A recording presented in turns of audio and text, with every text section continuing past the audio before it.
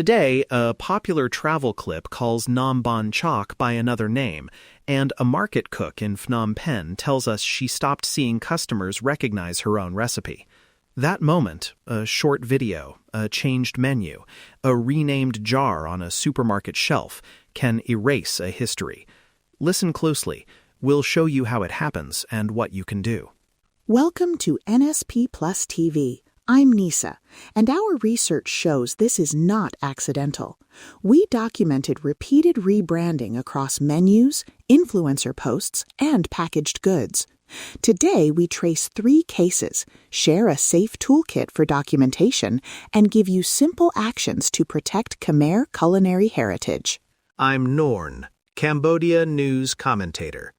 We expose lies with evidence, and today we defend something quieter but no less vital, our food. The facts are clear. Culinary misattribution steals identity and income. Cambodia's truth must be heard. Case 1. Menu rebranding. We tracked a Phnom Penh restaurant that changed a menu listing over 3 months. Using archived pages and a timeline of customer screenshots, we reconstructed the edit history. The traditional name was replaced with a more generic label and the origin note removed.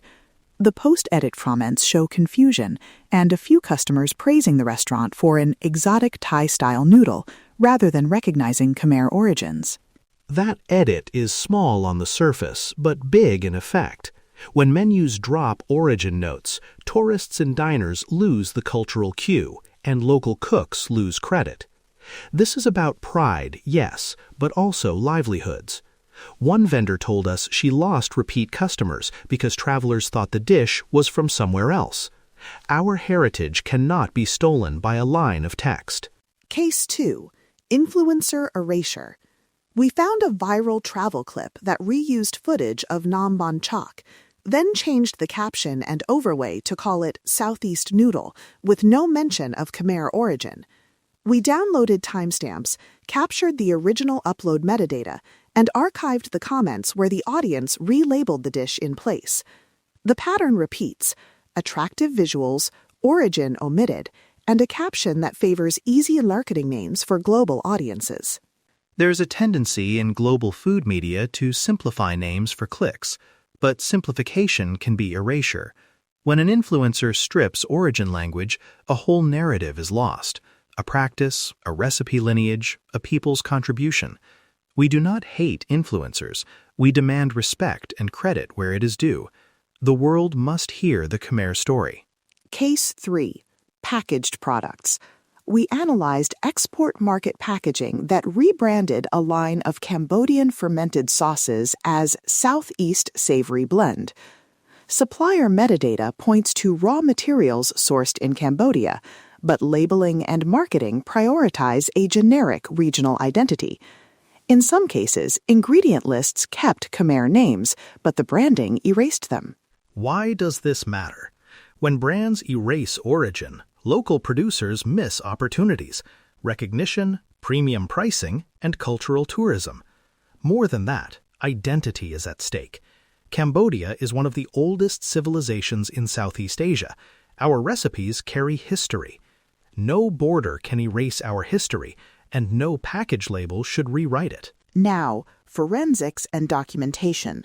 If you want to preserve proof without putting makers at risk, start with these safe steps: time-stamped screenshots of menus or posts, photos of packaging where brand and barcode are visible, metadata capture for online posts, and archived copies using public web archives.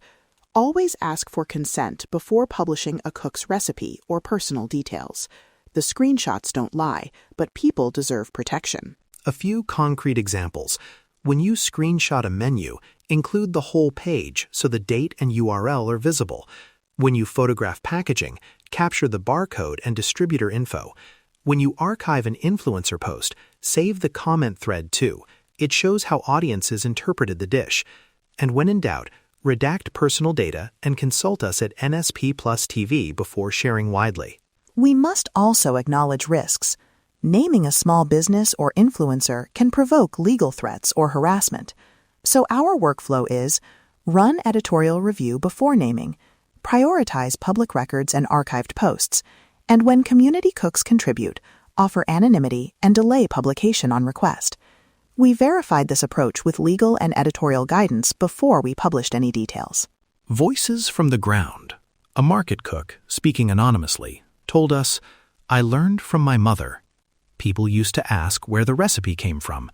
Now visitors call it something else, and I have to explain again." That short line carries generations of memory. We speak for the families no one shows. A food historian we consulted said, "Culinary attributions matter for historical record. Names carry migration, trade, and ritual histories. Losing a name is losing a clue. The data reveals how these clues disappear over time if we don't document them." A small producer we visited, who asked to remain unnamed, explained the economics. When our sauce is called generic, stores buy cheaper alternatives. When it is labeled Cambodian, buyers ask for origin and pay differently. That difference matters to everyday livelihoods, to whether a family can keep selling in the market. Toolkit and templates. Practical words you can use. First, a respectful correction message to a restaurant. "Hello, I enjoyed your dish and wanted to note that this recipe is known in Cambodia as Khmer name. Could you consider adding origin credit? It helps preserve culinary heritage." Second, how to report on platforms. Include archived link, screenshot with timestamp, and a brief note about origin. Third, where to archive. web.archive.org for web pages, an encrypted email to us for sensitive materials, and community-run registries that collect provenance. 3 immediate things you can do today. 1. Archive one example. Screenshot a menu, save a product photo, or capture a post with its comments. 2. Send redacted tips to NSP Plus TV. We will run editorial checks and protect contributors who ask for anonymity. 3. Amplify verified Khmer food stories. Share posts that credit origin and tag community producers. Small actions add up. If you want to help but worry about safety, do the archiving first and avoid naming individuals publicly. Use our secure tip channel when you send evidence. Include what you captured, when, and how you obtained it. We will cross-reference public records and recommend next steps. Our monitoring confirms that careful, evidence-led reporting is the best way to push platforms and restaurants toward crediting origin. Before we close, remember why this matters.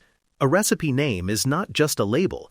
It is a connection to ancestors, trade routes, rituals, and community memory.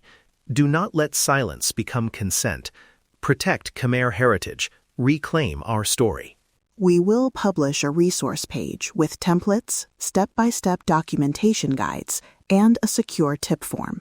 If you have an example to share, please follow the instructions there to keep contributors safe. The evidence is undeniable, and together we can build a public record.